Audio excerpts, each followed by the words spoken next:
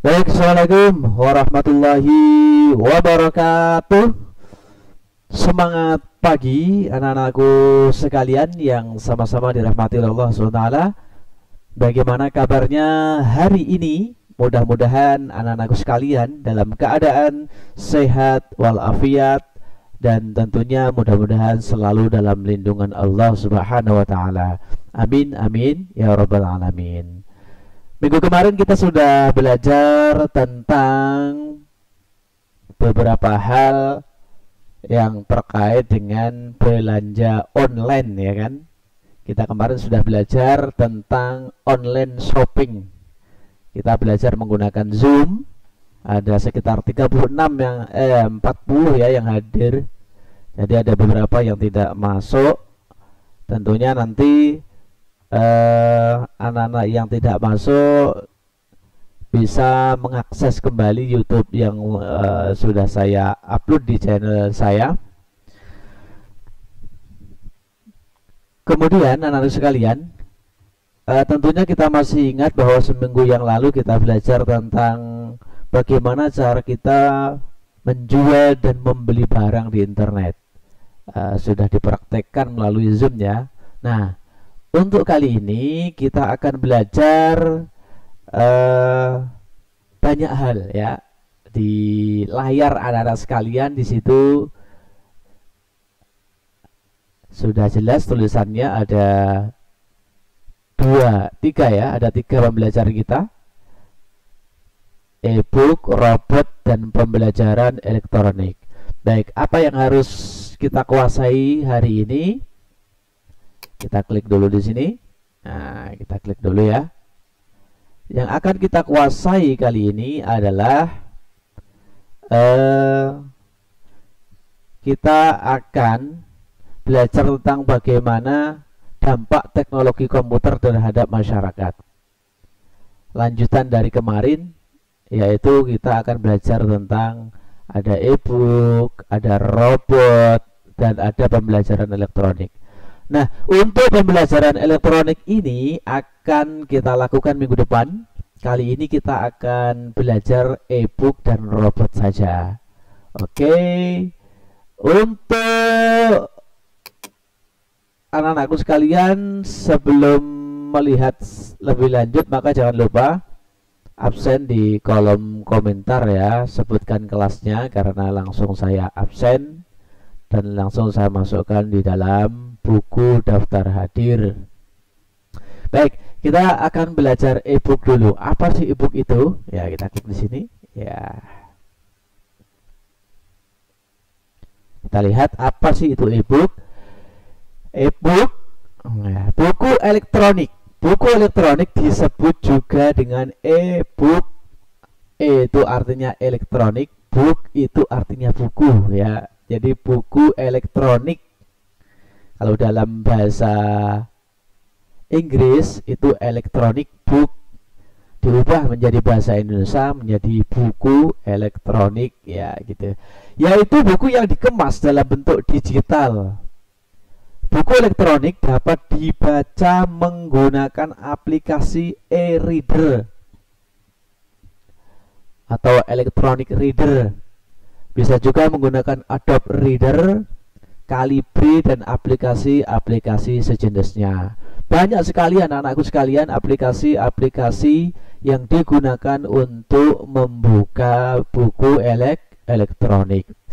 Di HP kalian itu nanti ketika kalian ingin membuka e-book terus kemudian tidak ada aplikasinya, maka di situ pasti ada tulisannya unknown application, artinya aplikasi tidak diketahui. Maka kalian bisa mendownload di Google Play.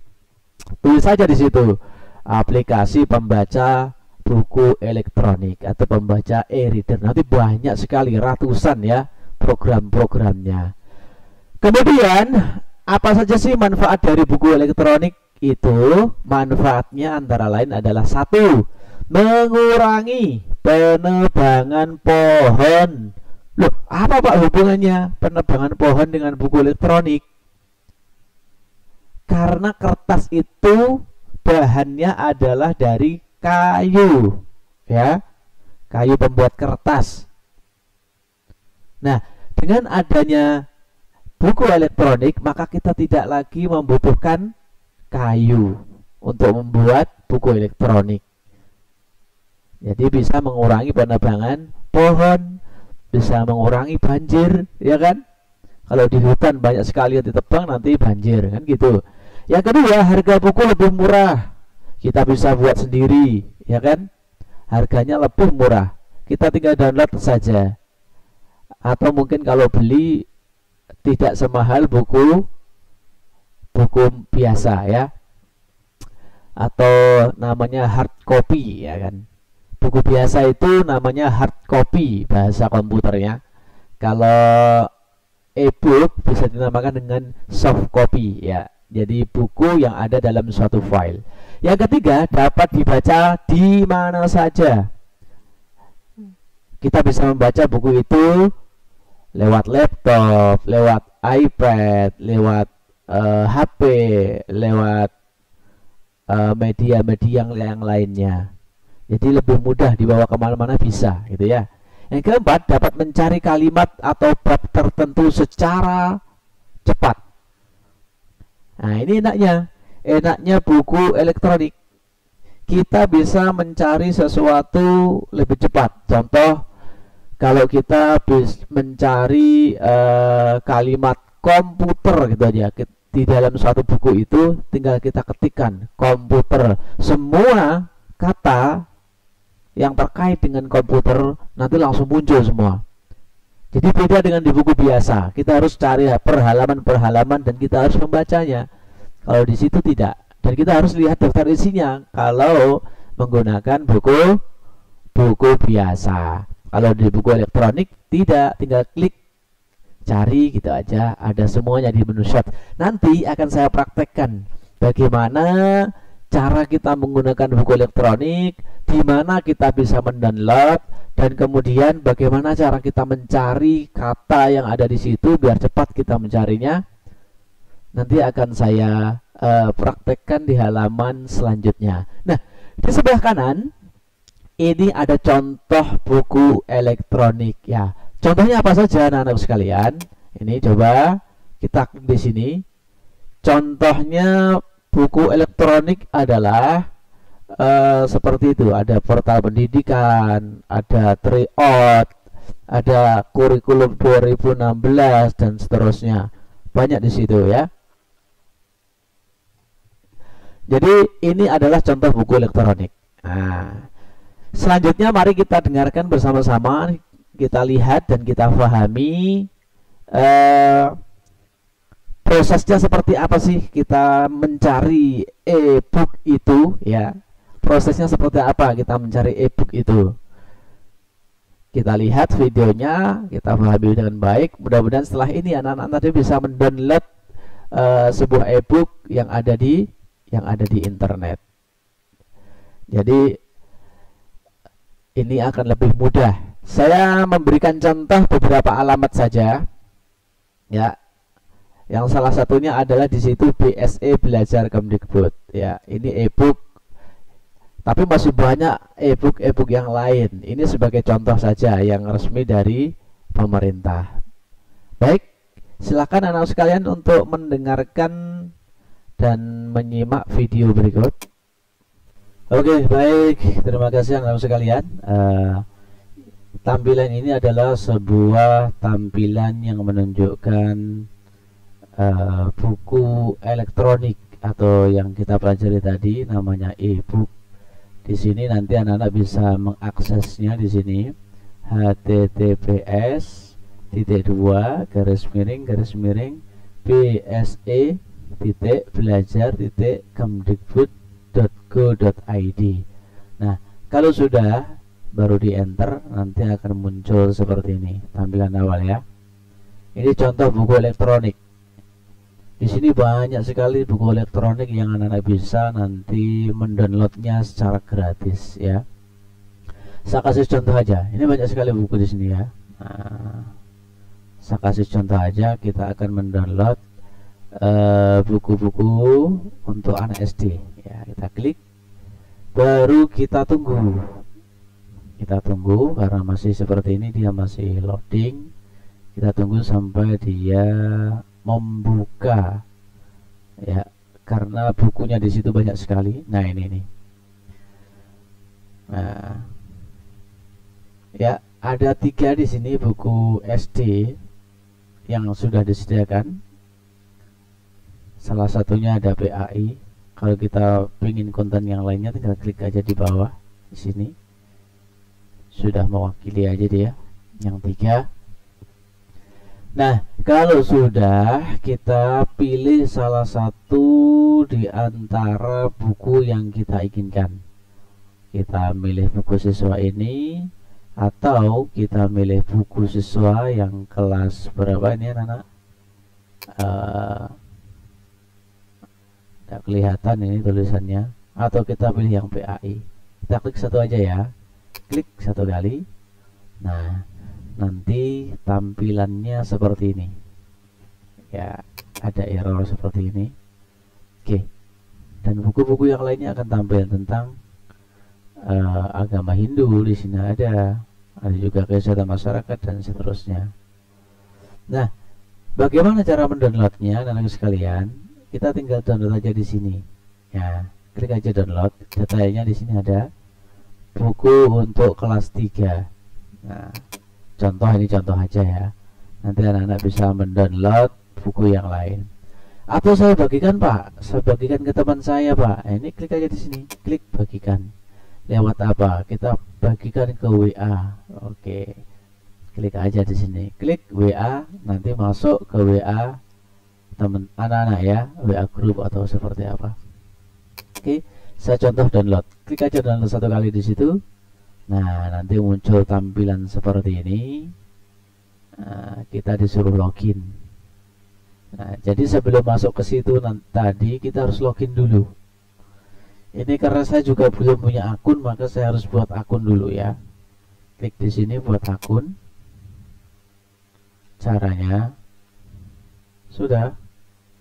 Nah, anak-anak harus masuk sebagai murid ya, jangan sebagai guru. Kalau sebagai guru di sini harus ada NUPTK-nya. Nah, di sini ya. Kalau sebagai murid nanti ada NISN-nya. Masukkan aja NISN anak-anak. Dan apa? Kata email. Oke, atau kita masuk sebagai umum aja yang mudah ya. Tapi ini harus lengkap. Caranya kalau ini semua sudah ditulis, diisi, dilengkapi. Nah, nanti ini emailnya, kata sandinya. Konfirmasi ini, sandi yang ini harus sama dengan ini. Kalau sudah diklik saya bukan robot, klik daftar. Ingat, nanti ketika masuk jangan lupa sandinya ya, dan emailnya. Baik, itu saja caranya masuk. Kalau kita mau mendownload harus masuk dulu. Baik, itu contoh buku elektronik. Pak, bisakah saya mendownload buku elektronik di tempat lain selain di rumah belajar? Bisa. Coba kita contoh di sini www.google. Nah, contoh gitu ya. Contoh di situ. Tulis saja di sini e-book tentang informatika, contohnya ya. Kalau sudah enter, nah, nanti banyak sekali muncul e-book yang lain. Klik, kita search ya. Kita tunggu, sementara menunggu untuk mencari e-book seperti ini, maka yang perlu diperhatikan adalah e-book ini ada banyak formatnya ya, ada yang PDF, ada yang JPG ya, ada yang dia juga bentuk yang lain. Nah, ini contoh, kita ambil satu aja. Download materi e-book informatika. Nah, contoh aja ya, kita cari ini contoh aja. Kita klik satu kali. Nah, kita ambil salah satu e-booknya. Kita pilih yang bagus, yang mana ini?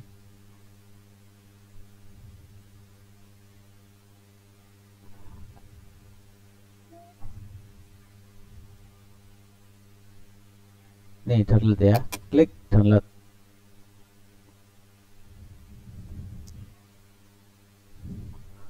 Nah, kalau ada yang seperti ini, maka kita tunggu ini semuanya penuh gambarnya. Nah, kalau sudah diklik download di sini. Kalau ini penuh, nanti tanda panah ini menjadi tanda tangan ya. Ini masih belum penuh. Nah, ini sudah ada tanda tangan, berarti sudah siap untuk di download. Klik satu kali anak-anak. Nah, di sini langsung kita download, mulai download ya. Ini tutup aja yang tadi. Oke, kita tunggu sementara masih download. Nah, ini sudah selesai. Kita tutup, tidak apa-apa ini karena sudah kita download. Kita coba akan membuka hasil downloadan kita di mana? Sini. Kita buka foldernya. Nah, ini tadi hasil downloadan kita. Kita ekstrak ya. Nah, kita cari. Nah, ini adalah e-book. Kita contoh satu aja. Klik satu kali.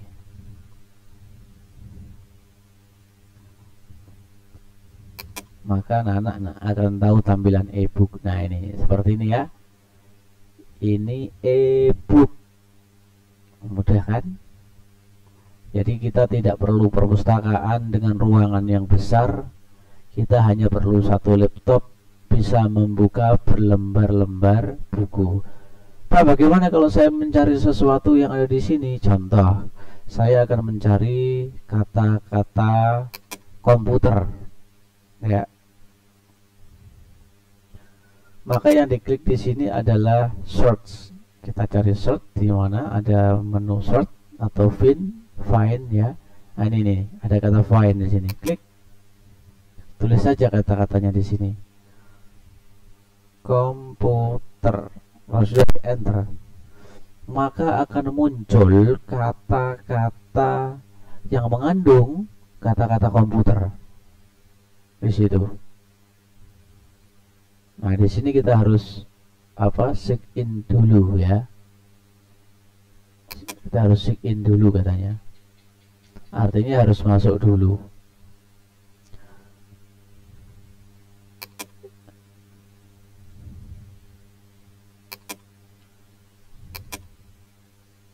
Oke, itu ya caranya ya, yaitu menggunakan menu find. Kita buka dulu ini, baru kita, kalau find di situ nggak ada, kita cari di sini. Kita tulis komputer, contoh. Kalau udah di enter ya, nah ini muncul langsung. Next, nah ini langsung muncul. Next, langsung muncul ya. Mudah sekali kalau kita mencari sesuatu, tinggal klik-klik aja kata yang ada komputernya, di situ ada. Nah, itu kemudahan dari e-book ya. Kemudahan dari e-book. Kemudian kalau kita ingin membaca halaman berapa gitu juga bisa. Contoh di sini, saya ingin membaca halaman 15. Tulis saja di sini 15. Enter. Otomatis ini halaman 15 ya, gitu ya. Oke, baik anak-anakku, mudah-mudahan sudah paham dengan e-book ini. Tentunya ini e-book ini sama dengan program-program yang lain. Kalau ada di sini itu pasti menutup, silang. Bisa juga lewat di sini, exit. Kalau mau menyimpan ya di sini ya. Mencetak langsung di sini, print, dan seterusnya. Nanti silahkan dicek sendiri. Yang penting anak-anak sudah tahu apa itu e-book. Baik, saya keluar dulu. Oke, mudah-mudahan sudah paham anak-anak sekalian. Terima kasih sudah menonton videonya.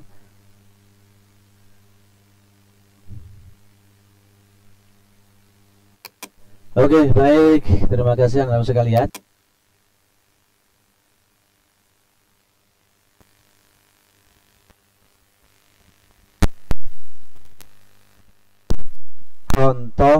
Itu tadi adalah contoh dari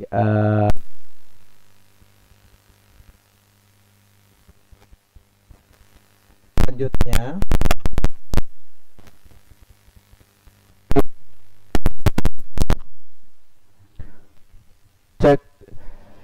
Kita lanjutkan materi selanjutnya, yaitu robot. Apa itu robot? Ya, ini robot itu adalah seperangkat ya.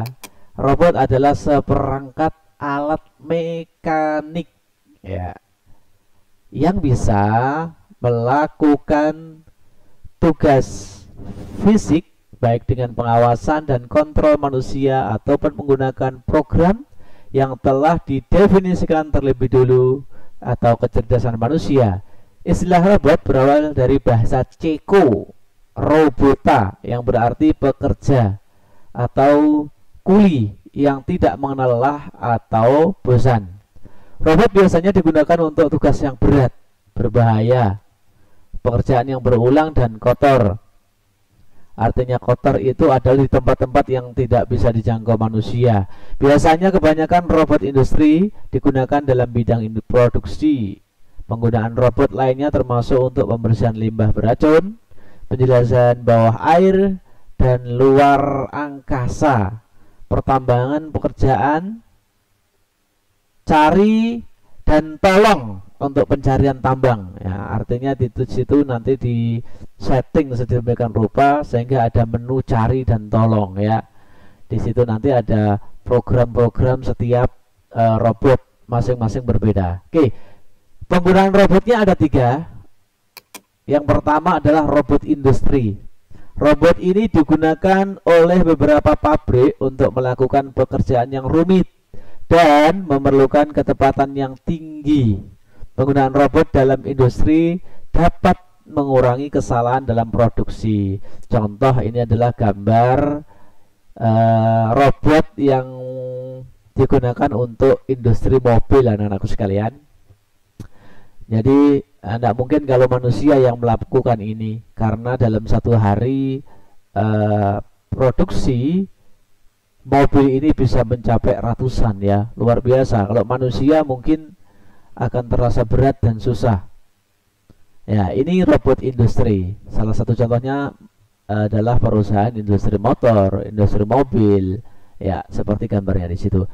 Kemudian yang kedua ini adalah robot penjelajah planet ya, seperti gambarnya di situ.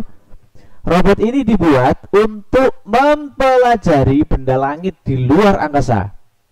Robot penjelajah mengumpulkan data lingkungan dan sampel itu contoh dari planet yang dikunjunginya. Robot ini biasanya diprogram lebih dahulu sebelum diluncurkan keluar angkasa. Untuk apa sih robot ini? Ya, mempelajari benda langit bisa. Satelit juga termasuk robot ya, yang mana nanti bisa memancarkan sinyal sehingga bisa kita pakai untuk telepon.